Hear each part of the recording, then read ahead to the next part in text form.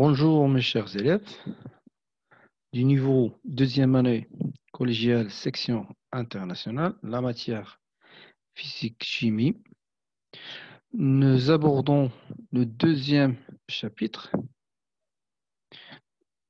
le titre « Quelques propriétés de l'air et ses constituants ». Ce chapitre contient 4 parties. La première partie, les constituants de l'air. La deuxième partie, l'air est compressible et expansible. La troisième partie, l'air a une masse. Et dans la quatrième partie, sont les exercices. Pour la première partie, les constituants de l'air, activité numéro 1, document texte qui se trouve à la page 18 de livre Univers Plus. Voilà le texte. Il faut bien, donc lisez bien et analysez ce document texte parce qu'il contient plusieurs informations sur les constituants de l'air. Donc, d'après la lecture de ce texte, on conclut que l'air est un mélange homogène de plusieurs gaz. Il contient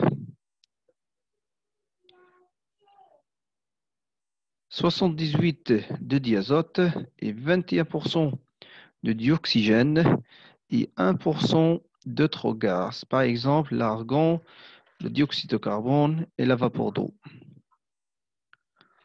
On passe à la deuxième partie. L'air est compressible et expansible. Activité numéro 2, document page 19.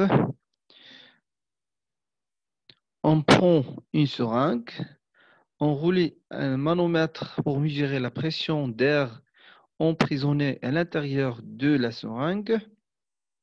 Pour le document numéro 1, on voit clairement que le manomètre mesure 1000 hectopascales. C'est la pression de l'air qui est à l'intérieur de la seringue. Document B, on pousse le piston, le volume diminue à l'intérieur. Le manomètre mesure la valeur 1050 hectopascales. Donc, on va dire que la pression augmente si on pousse le piston. Document numéro C. Document C. Si on tire le piston à l'extérieur, le volume de l'air augmente et sa pression diminue. Par exemple, ici, le manomètre mesure 930 hectopascales. Donc, on peut conclure que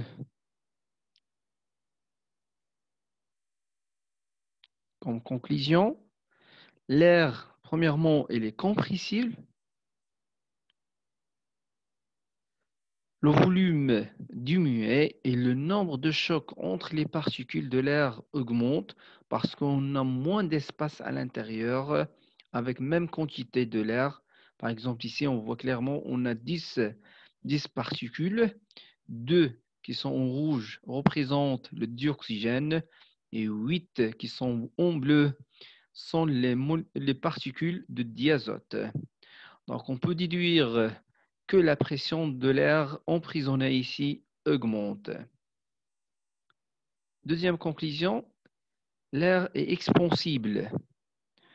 On voit clairement qu'on a plus de volume, donc on a plus d'espace et la même quantité de particules, les 10 particules, on a moins de choc parce qu'on a d'espace.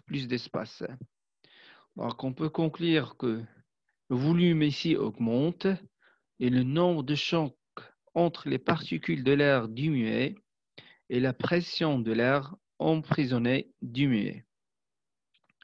On passe à la troisième partie.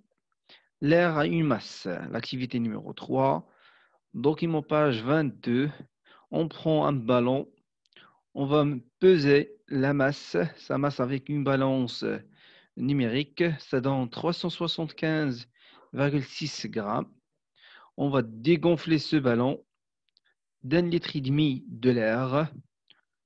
On va repeser le même ballon, on va retrouver que la masse diminuée et la valeur, c'est 373,7 grammes.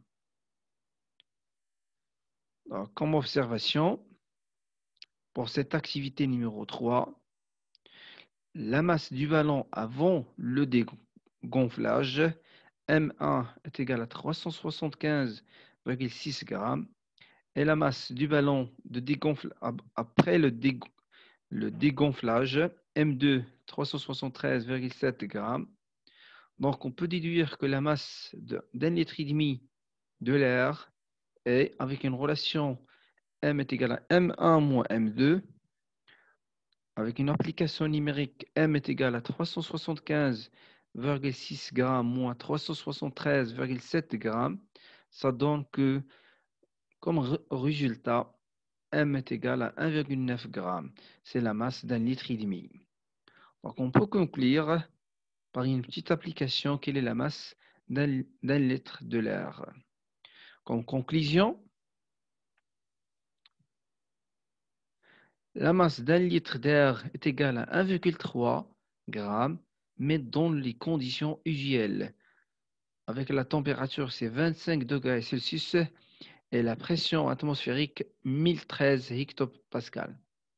Et on peut dire que la masse volumique de l'air, ρ de l'air, est égale à 1,3 g par litre dans ces conditions usuelles. Pour la quatrième partie, ce sont des exercices qui se trouvent dans le livre Univers Plus. L'exercice 1, c'est un texte à trous. L'exercice 2, on va choisir la bonne réponse. L'exercice 3,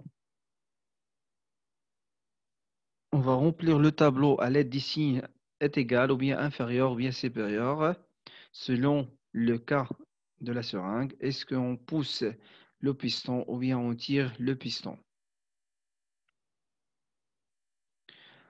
Donc, un exercice 4, on a deux mélanges de deux gaz qui sont en forme de récipients qui sont séparés par un carton.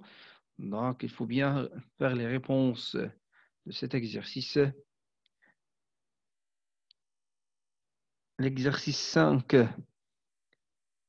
c'est la même activité qu'on a fait pour la troisième partie. Un dernier exercice, c'est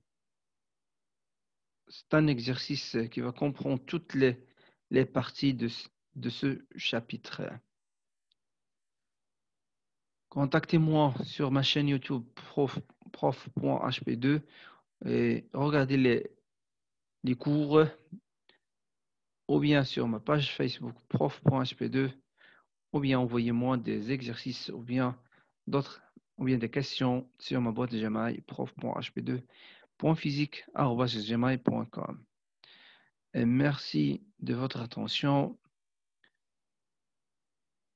Une autre fois pour un autre chapitre. Merci de votre attention.